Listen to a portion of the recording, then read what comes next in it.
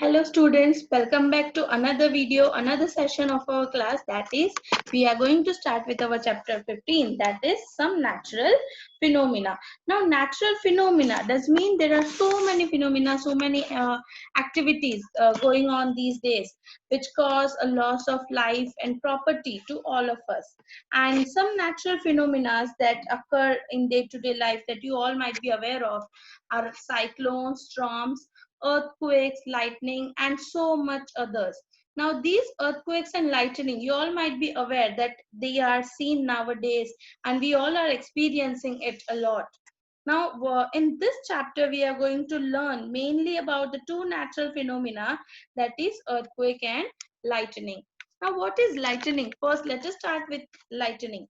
Now, lightning, it is nothing but when these accumulation of electric charge, when there are so many electric charges getting accumulated, that means when these electric charge, they are getting gathered in the clouds in a very large quantity, or we can say on a huge scale, it produces lightning. Okay, now we all know that all the living matters, they are made up of atoms, living, non-living, every matter that is made up of atoms. Now these atoms, they also possess the charged objects, that are electrons and protons. So that means each and every matter, it possesses electric charge. So we can say that the electric charge, then further, it is existing in two forms, that is positive electric charge and negative electric charge. Now what are this electric charge? How this electric charge was demonstrated? This demonstration or possession of electric charge by the matter was firstly demonstrated by the Greek scientist called Thales. Now, Thales was the first scientist who demonstrated that the materials possess electric charge by this small experiment. He conducted a small experiment. What he did was he just rubbed a material called umber with the silk cloth. And when the umber was rubbed with silk cloth, it started attracting tiny feathers. Now, as he saw that the umber, when it rubbed to the silk cloth, it is attracting tiny feathers, he said that it is only because of the electric charge that are getting produced on the material when it is rubbed with the silk. And the presence of this electric charge, that we also can prove by performing various small experiments at our home, that we studied in our last chapter also, that one of the force, electrostatic force, that is when we rub the comb to dry hair and when we take it to the pieces of paper, the comb will attract the piece of paper. It is also because of the charge. Another experiment is that when we are rubbing the inflated balloon, that means firstly we have to take an inflated balloon, and when we are rubbing it to the woolen cloth, okay, and then when we take this inflated balloon to the wall, the balloon will stick to the wall. Now why this balloon is sticking to the wall? Because when we are rubbing the balloon to the woolen cloth, it is getting charged because of the friction. Now friction which is produced between the balloon and the wool, it is producing electric charges. And then this electric charge which is produced in the balloon, it is exerting a kind of electric force of attraction to the wall.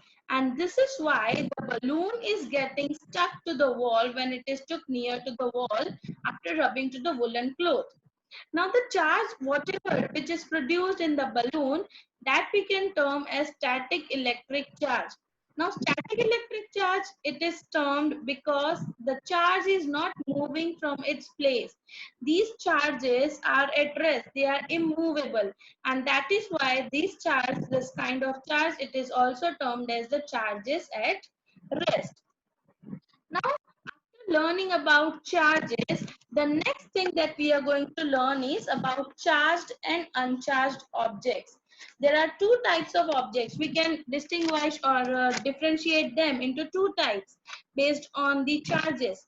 Okay, so what are charged and uncharged objects? Let us see that. Now the objects which do not possess any kind of charge, they will be termed as uncharged objects.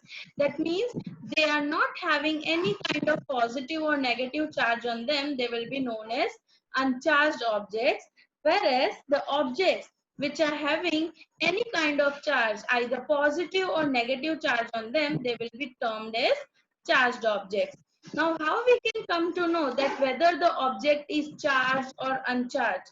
Now, this we can learn by the simple experiment that we can conduct. Like you can see in the image, like we are charging a glass rod with the help of the silk cloth. Now, what is done when a silk cloth is rubbed to the glass rod gets positively charged. That means the charge is getting produced in the rod. Now, over here we are doing, the silk cloth and the glass rod, when they are not rubbed to each other, they both are uncharged. They are not having any kind of charge on them. But when we are rubbing them to each other, we are producing charge on them. That means we are charging these objects.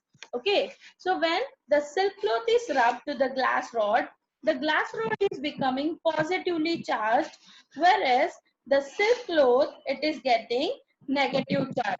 Now, whenever we are charging any objects, both the objects will get the charges. Now, how charging can be created by rubbing?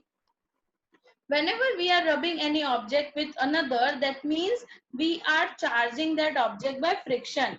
When one object is moving over another object, that means at that time the friction is being produced between both these objects, and that friction between both the objects is responsible for the charge produced on them.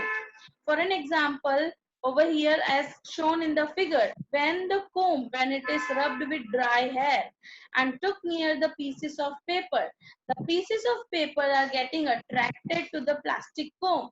That means over here, when the comb, the first object, is rubbed with the dry hair, that is another object, the friction is getting produced between the comb and the dry hair. And because of the friction that is produced between dry hair and the comb, it is producing charges. Okay. And because of that charge, the comb is attracting the piece of paper. Now, moving further, we all know that we can produce charge by rubbing, but it is not possible in all type of materials. We can produce charge only on the materials which are insulators, or we can say which do not pass the electric current. Okay. Now, the objects through which the electric charges cannot pass through easily will be only producing charge on rubbing, because when we are rubbing these insulators with another object, they are getting charged, and this charges, they will not pass through our hand and then move to the earth. But on the other hand, when we are taking any metal, the metals, as they are good conductor of electricity, whenever they are rubbed to another object, they do not get charged, because these metals, when they are getting any type of charge and when held in our hand is also a good conductor of electricity, and that charges will pass from the metals to our hand, then from our body to the earth, and ultimately the charge will nullify. That is why we can charge only the insulators and not the good conductor of electricity. Now, when we are charging, when we are producing rubbing or producing friction between any two objects, both the objects are surely to get charged.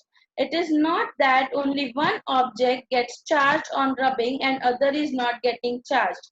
Okay. Now, when we are rubbing the two objects, both the objects will get charged. If one object is getting positively charged, then the other object will for surely get negative charge. And if the first object is getting negative charge, then the other object will get the positive charge.